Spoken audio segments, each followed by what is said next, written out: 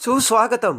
लग्नाची बेडी मालिकेच्या आजच्या भागामध्ये आपण पाहणार आहोत की आता अन्वी ही मॉडर्न शॉर्ट ड्रेस घालून रत्नपारख्यांच्या घरातून जाऊ लागते. तेवढ्यात काकू अन्वीला म्हणते की अगं अन्वी, सणासुदीच्या दिवशी हे असे कसे कपडे घातले.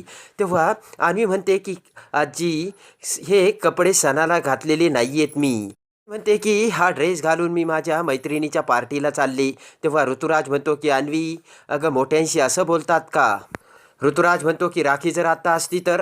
अन्वी म्हणते की आई असती तर मी या घरात आलेच नसते. ऋतुराज म्हणतो की अन्वी, हे बघ, वहिनीच्या आणि तुझ्यामध्ये मी कधी बोलत नाही. आज मी सांगतो की वहिनी अगदी बरोबर बोलते. ऋतुराज म्हणतो की या घरची मोठी नात आहेस अन्वी तू. अन्वी म्हणते की म्हणून काय झालं, मी माझ्या मैत्रिणीच्या बड्डेला आणि म्हणजे पार्टीला जाणारच. तर सिंधूसुद्धा तिथे आलेली असती. तेव्हा अन्वी म्हणते की सिंधू मामी, माझ्या जागी जर आत्ता तू असती तर तू काय विचार केला असतास. तेव्हा ऋतुजा म्हणते की एक मिनिट, अगं तू तिला काय विचारतेस अन्वी. ऋतुजा म्हणते की तिचा काय संबंध. तर अन्वी म्हणते की ती माझी फॅमिली मेंबर आहे आणि ती माझी सिंधू मामी आहे. तर अन्वी सिंधूला म्हणते की सिंधू मामी, अगं पार्टीला येण्यासाठी मी त्यांना प्रॉमिस केलं आणि हे सगळे बघ बरं मला कसे थांबवतात ते. तेव्हा सिंधू म्हणते की अन्वी, मी केलेलं प्रॉमिस कधीच ब्रेक करत नाही. तेव्हा अन्वी म्हणते की बघा बघा आणि ऐका ऐका. सिंधू म्हणते की अन्वी, पण आज घरी लक्ष्मीपूजन आहे त्यामुळे तू घरीच थांबावं असं मला वाटतंय. अन्वी म्हणते की सिम्मा ऐक ना, पूजा तर दररोजच या घरात होते आणि मी माझ्या मैत्रिणींना प्रॉमिस केलंय, तेव्हा मला जाऊ दे ना. सिंधू म्हणते की दिवाळीचा सण आहे आणि मित्रमैत्रिणीकडे तू केव्हाही जाऊ शकतेस अन्वी. सिंधू म्हणते की अन्वी, सण हा आपल्या माणसांबरोबर आपल्या घरी साजरा करावा. अन्वी म्हणते की तू सुद्धा या लोकांसारखं काय वागते सिंधू मामी, आणि मला लेट होतंय बरं का, मी चालले बाय असे करत आता अन्वी तेथून जाऊ लागते. काकू म्हणते की अन्वी, तर अन्वी म्हणते की आजी प्लीज मला थांबू नकोस. रागाने भडकत अन्वी म्हणते की आजी, तुला का सारखं सारखं सांगावं लागतं की मला कंट्रोल करणं आता थांबव. माझ्या आईला असंच तू कंट्रोल करत होती आणि आताही तू माझ्या असंच मागं लागतेस, असे आता अन्वी काकूला बोलते.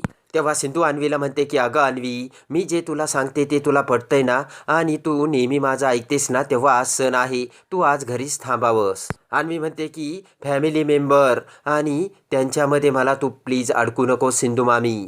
अन्वी म्हणते की यांच्याशी माझं काहीच कनेक्शन नाहीये सिम्मा, मी तुला फॅमिली मानते.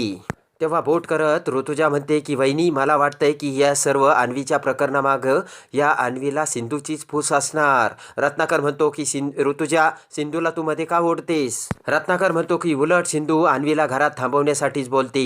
तेव्हा ऋतुजा म्हणते की भाऊजी, हे फक्त दाखवण्यापुरतं आहे. ऋतुजा म्हणते की या सिंधूचे खायचे दात वेगळे आणि दाखवायचे दात वेगळे आहेत. रेश्मा म्हणते की राघवला मिळवण्यासाठी सिंधू हे सर्व करते, अन्वीचं हे फक्त एक नाटक आहे. ऋतुजा म्हणते अगदी बरोबर बोलतेस. ऋतुजा म्हणते की सिंधू, तू काही बोलू नकोस, तुझं खरं रूप सगळ्यांच्या समोर आलंय.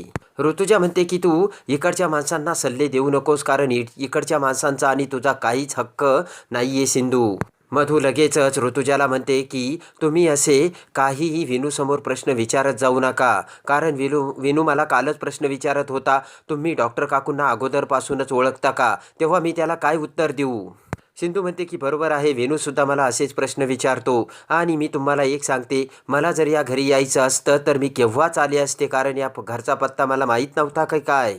तेवढ्यात अन्वी म्हणते की तुम्ही तुमचं डिस्कशन कंटिन्यू करा, मला पार्टीला जाण्यासाठी लेट होतंय, मी जाते बाय असे करत अन्वी जाऊ लागते. तेवढ्यात रत्नाकर म्हणतो अन्वी, खूप रात्र झाली, एवढ्या रात्री तू जाऊ नकोस, माझं ऐक. अन्वी म्हणते की मी एक काम करते, माझ्या सर्व फ्रेंड्सला मी इथेच बोलावून घेते आणि इथल्या जेलर आजीला हे सर्व चालणार आहे का.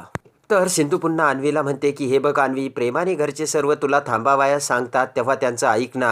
तर इकडे काकू विचार करते की अन्वी ही सिंधूला माझ्यापेक्षा जास्त मानते आणि या सगळ्याला सिंधूच कारणीभूत आहे, तेव्हा मी आता सिंधूचा डाव सिंधूवरच उलटवते, असा आता काकू विचार करत असते. विचार करून काकू अन्वीला म्हणते की बस झाला आता अन्वी, तुला पार्टीला जायचं आणि फ्रेंड्स बरोबर एन्जॉय करायचा ना, तर जा, पण इथे कटकट करू नकोस. तेव्हा काकूचे ते बोलणे ऐकून आता अन्वीसुद्धा अवाक झालेली असते आणि काकूने आपल्याला पार्टीला जाण्याला परवानगी कशी दिली याचा आता अन्वी विचार करते. काकू म्हणते की अन्वी, पार्टी करून वेळेत घरी यायचं, उशीर होता कामा नये. अन्वी खुश होऊन लगेचच बाय करत तेथून निघून जाते. तेव्हा सिंधू विचार करते की मला माहीत आहे काकू, फक्त स्वतःचं म्हणणं खरं करण्यासाठी तुम्ही अन्वीला जाण्याची परवानगी दिली. तेवढ्यात मोबाईलवरचे बोलणे आवरून राघव तिथे येतो आणि म्हणतो की चला आरती करायची ना. तर मधू म्हणते की हो मी लगेचच वेणूला घेऊन येते. तर राघव म्हणतो की अन्वी कुठे आहे, मी आत्ताच तिला इथे बघितलं होतं ना. तेव्हा रेश्मा म्हणते की ती पार्टी करण्यासाठी बाहेर गेली. तेव्हा राघव हा डोळे मोठे करतो. रेश्मा म्हणते की म्हणजे काकूनेच अन्वीला जायची परवानगी दिली. तेव्हा राघव म्हणतो की घरी पूजा असताना सुद्धा. काकू म्हणते की आता या विषयावर चर्चा नको, चला पूजा आणि आरती करून घेऊ. तर लगेचच मधू वेणूला घेऊन येते आणि राघव, मधू, वेणू सर्वजण देवाची पूजा करू लागतात. तर राघव आणि मधू दोघेही देवाला हात जोडतात. त्यानंतर राघव हात जोडत उठून उभा राहतो आणि राघवच्या तोंडातून शब्द पडतात, सिंधू आरतीचे ताट दे. तेवढ्यात सिंधू बाजूला असते आणि म्हणते की हा.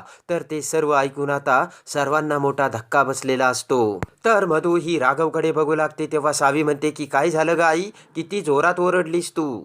तेव्हा सिंधू म्हणते की सावी तू नमस्कार केला का, पुन्हा एकदा नमस्कार कर. तर सावी देवाला नमस्कार करते. तर काकू म्हणते की चला आरतीला सुरुवात करूयात.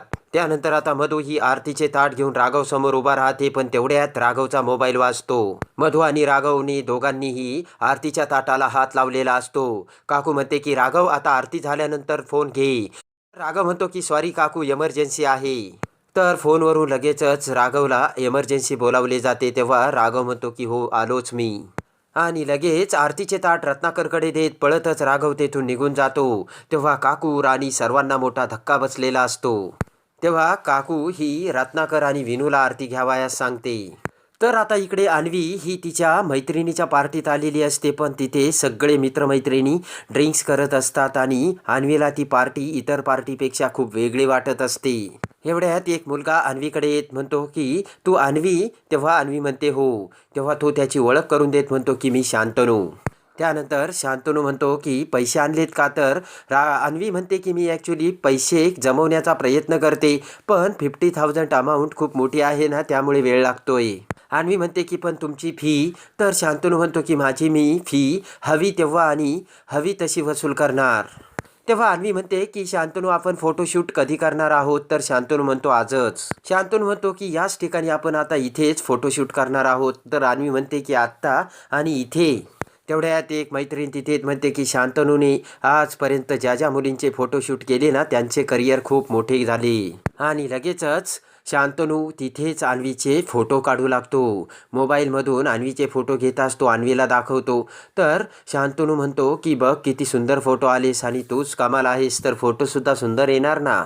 इकडे आता राघव त्याचे खाकी ड्रेस वगैरे घालून तयार होतो. तेवढ्या DIG सरांचा राघवला फोन येतो आणि राघव DIG सरांना सांगतो की हो खबर पक्की आहे आणि मी सर्व तयारी केली. तर लगेच मधू ही राघव समोर आरतीचं ताट घेऊन येते. तर राघव आरती घेतो. तेव्हा काकू म्हणते काय रे राघव आज सुट्टी आहे ना. तेव्हा हो राघव म्हणतो हो पण एमर्जन्सी जावं लागतंय. काकू म्हणते काय रे राघव असं करतोस. तर आरती घेऊन राघव पटकन तेथून निघून जातो.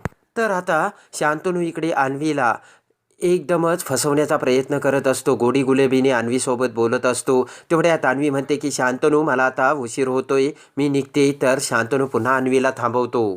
तर शांतनू म्हणतो की चल अन्वी आपण आता डान्स करूयात. तेव्हा अन्वी विचार करते की काय करू आता, तर इथे एक क्षणही थांबू नये असं मला वाटतंय. अन्वी म्हणते की पण हा माझा फोटोशूट करणार आहे आणि यांनी याची फीसुद्धा कमी केली आहे, तर काय करू मी. तर अन्वी विचार करते आपण तर एक डान्स तर याच्यासोबत करू शकतोस. तर अन्वी लगेच डान्स करण्याला होकार देते. तर आता इकडे सिंधूसुद्धा घरी विचार करत असते की रुक्मिणी काकूंनी फक्त त्यांचं म्हणणं खरं करण्यासाठी अन्वीला पार्टीला जायला परवानगी दिली. पण ती कुणाबरोबर पार्टीला जाते, पार्टी कुणाची आहे याची रुक्मिणी काकूंनी काहीही विचारपूस केली नाही. सिंधू मोबाईल बघत म्हणते की आता 12 वाजले तरीसुद्धा ही अन्वी अजून घरी आलेली नाहीये. सिंधू विचार करते की आता काय करावं, मला तर खूप अस्वस्थ वाटतंय.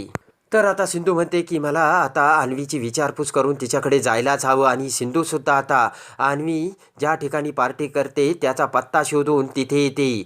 आता इकडे शांतनू हा अन्वीला जबरदस्ती करायचा प्रयत्न करू लागतो. तर अन्वी ही विरोध करत असते पण शांतनू ऐकण्यास तयार नसतो. तेवढ्यात सिंधू तिथे येते आणि लगेचच शांतनूला धरून जोराने शांतनूच्या कानाखाली मारते. आणि लगेचच अन्वीला घेऊन सिंधू ही थोडीशी बाजूला येते. तर लगेचच इन्स्पेक्टर आणि राघव हे त्या कॅफेवरती छापा घालतात. तर आता लगेचच सिंधू ही अन्वीला तेथून घेऊन जात असताना राघव हा सिंधूला बघतो आणि सिंधूने आज खऱ्या अर्थाने पुन्हा अन्वीची इज्जत वाचवल्याचे राघवच्या समोर आलेले असते.